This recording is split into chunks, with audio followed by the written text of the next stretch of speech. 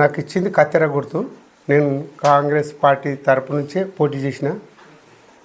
గత 10 సంవత్సరాల నుండి కాంగ్రెస్ పార్టీ గురించి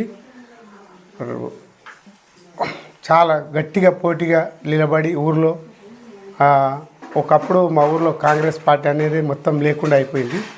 ఈ 10 సంవత్సరాల నుంచి నేను పార్టీకి ప్రతి రోజు తిరగడము, ప్రజల్లో కలవడము, పార్టీ ఏంది, ఇంతవరకు పేదవాళ్ళకి ఏం జరుగుతలేదు. ఈ 10 సంవత్సరాల నుంచి అయితే ఒక ఇల్లు రాలేదు, ఏది లేదు, ఊర్లో అంత పెద్ద అభివృద్ధి లేదు. కాబట్టి నేను అంటే ఇప్పుడు మదన్న వాళ్ళు ఉన్నారు కదా, కాంగ్రెస్ పార్టీ జిల్లా గ్రంథాలయ చైర్మన్, ఆయన కూడా మనకు దగ్గరనే. కాంగ్రెస్ పార్టీ వాళ్ళు కూడా అందరు ప్రతి ఒక్కరు కూడా నాతో కలిసి అన్న ఊరికి పని చేయాలి అని చెప్తే అట్లా నేను అక్కడక్కడ తెలంగాణలో మొత్తం రేవంత్ అన్న ప్రోగ్రాంలు అయితే కూడా రేవంత్ అన్న ప్రోగ్రాం మదన్ ద్వారా నేను ఆధారం కలిసి అట్లా చేసినాము. అసలు కాంగ్రెస్ పార్టీ రాదన్నారు అందరు కూడా. అంటే గట్టిగా మనం తిరగడం వల్ల అందరు నాలాంటి వాళ్ళు చాలామంది కూడా పార్టీ కోసం గట్టిగా పని చేసిర్రు. పని చేస్తే ప్రతి దగ్గర కూడా పార్టీ బలోపేతమైంది.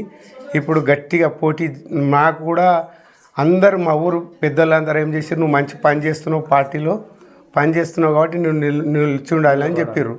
అయితే నిలిచి ఉండాలని చెప్తే నాకు అందరు చెప్పిర్రు. చెప్పిన తర్వాత ఊర్లో ఇంకా 3-4 తయారైపోయారు. నాకు గట్టి పోటీగా, చాలా గట్టి అంటే గట్టి. నేను అసలు వస్తానా రాదంటే అయితే ప్రజలు ఏమంటారంటే, నువ్వు పార్టీలో ఏ పదవి లేకుండానే ఇన్ని పనులు చేస్తున్నావు, ఎంతమందికి నీకు పోటీ ఇచ్చినా మేము నేను గెలిపించుకుంటామని చెప్పారు.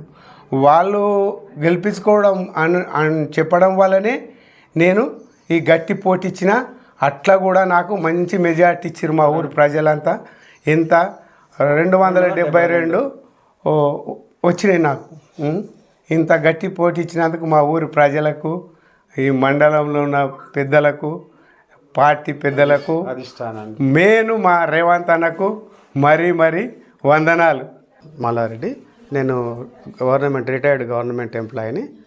అయితే నేను ప్రస్తుతం చూసేది ఏంటంటే, ఈ గవర్నమెంట్ వచ్చిన తర్వాత, కాంగ్రెస్ ప్రభుత్వం వచ్చిన తర్వాత అభివృద్ధి అనేటువంటిది జరుగుతుంది. గత ప్రభుత్వం వాళ్ళు మాత్రము గ్రామీణంలో, మెయిన్గా గ్రామీణ ప్రాంతంలో అభివృద్ధి అనేటువంటి కుంటుపడిపోయింది.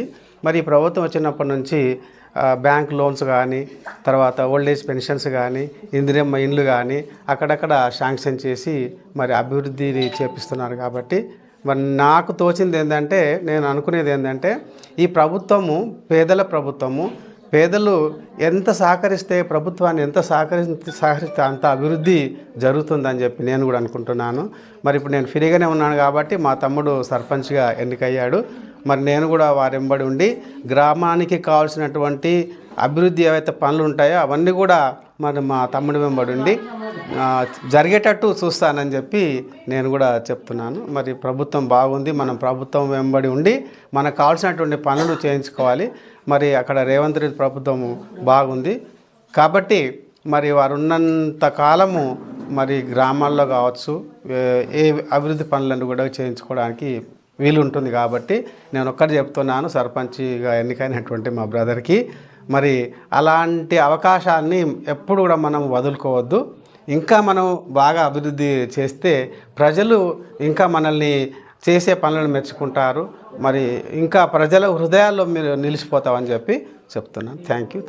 నమస్కారము. నా పేరు రఘురామ్ రెడ్డి, ప్రభాకర్ రెడ్డి గారి కొడుకుని. నేను అంతారం గ్రామం విలేజ్ నుంచి గత మాకు 25 సంవత్సరాల క్రితం పంచాయతీ ఏర్పడింది. ఇన్ని సంవత్సరాల నుంచి కూడా ఇక్కడ పనులు ఎక్కడివక్కడ కరెక్ట్ చేయలేని పరిస్థితి కనబడింది. మేము ప్రతిసారి కూడా ఎలక్షన్లలో ప్రతి ఒక్కరిని గెలిపించగలిగినాం, కానీ ఎవరు కూడా పనులు చేయించలేని పరిస్థితిలో ఉన్నారు. అటు ఇటు అన్నీ చేసినా ఎలక్షన్లప్పుడు మాత్రమే ఇవి చేపిస్తాము అది చేపిస్తామని చెప్పారు. ఎంత చెప్పినా మా దృష్టికి ఎప్పుడు కూడా మంచిగా ప్రతి ఒక్కటి అభివృద్ధి, గ్రామంలో లైట్లు కానీ, కొన్ని పండగలకి వీధి దీపాలు లేని పరిస్థితులు కూడా ఉండే.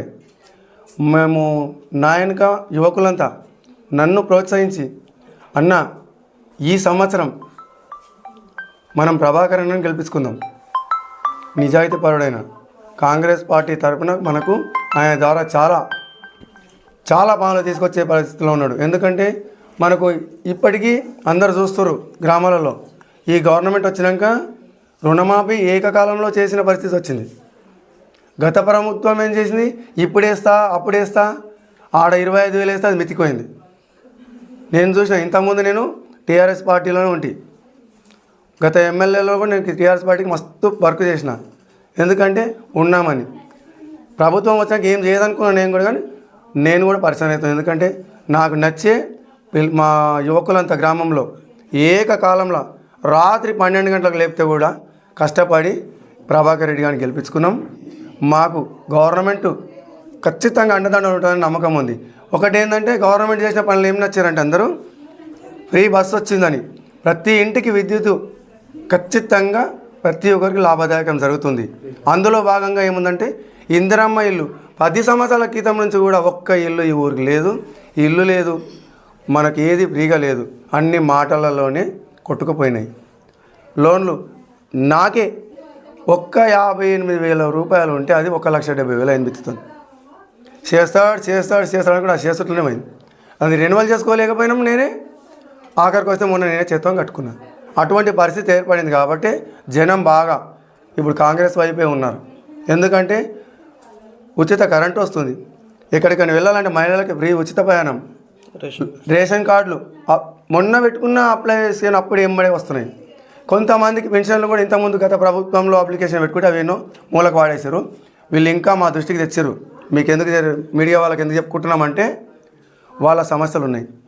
మాకు కావాల్సింది ఒకటి ఏంటంటే ఇంకా గవర్నమెంట్ తీసుకుపోతుందని నమ్మకం ఉంది కాబట్టి మేము కూడా ప్రజలను కోరి రాత్రి మగలు తిప్పలవాడి అందరికీ గ్రామంలో ఎంత శాయశక్తుల ప్రయత్నం చేసి ఏకధాటిగా గెలిపించడం. గవర్నమెంట్ అందరు నమ్మారు కాబట్టి మేము ప్రభాకర్ రెడ్డి గారిని గెలిపించుకున్నాం భారీ మెజారిటీతో. చాలామందితో పోటీ పడి ఎంతమంది ఎదురు దెబ్బలకైనా తట్టుకొని మా గ్రామంలో యువకులు ఈరోజు ప్రభాకర్ రెడ్డి ఎంబడి 100 మంది కాదు 400 మంది ఇప్పుడు రమ్మంటే వచ్చే పరిస్థితిలో ఉన్నది. ప్రభుత్వం పనులు ప్రజలకు చాలా నచ్చి ప్రభాకర్ రెడ్డి గారిని గెలిపించారు. ఇదే నేను చెప్పదలుచుకున్నాను. ఎంత చెప్పినా తక్కువనే కాంగ్రెస్ ప్రభుత్వం గురించి ఇంకా మంచి చేస్తారని ప్రజలు కోరుకుంటున్నారు. ప్రతి ఒక్కరికి అదే హామీలు ఇచ్చినాం. మేము కూడా ప్రతి పని వెనుక మేము ఉంటాం, నడిపిస్తామని చెప్తేనే ఈరోజు మమ్మల్ని గెలిపించారు.